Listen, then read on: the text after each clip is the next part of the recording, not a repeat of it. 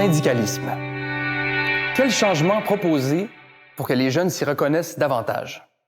On estime qu'environ 40% des travailleurs et travailleuses sont syndiqués au Québec. Dans un contexte nord-américain, c'est beaucoup. On est en droit de se demander si ce taux va diminuer dans les années à venir. Selon certains, il y a un désintérêt chez les jeunes travailleurs et travailleuses pour les activités syndicales. Le mouvement syndical au Québec semble faire face à un choc générationnel. Par définition, le syndicalisme est un mouvement dont l'objectif est d'unir les travailleurs afin de défendre des intérêts collectifs.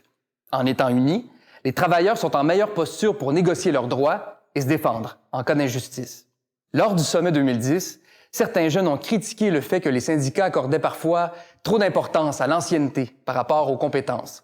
Certains ont aussi proposé de supprimer la sécurité d'emploi, notamment dans la fonction publique.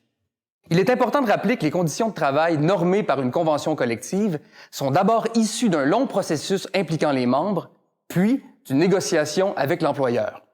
Il n'en demeure pas moins que les jeunes ressentent plusieurs insatisfactions à l'endroit des syndicats. Dans cette optique, quels changements souhaitez-vous voir s'opérer dans les syndicats?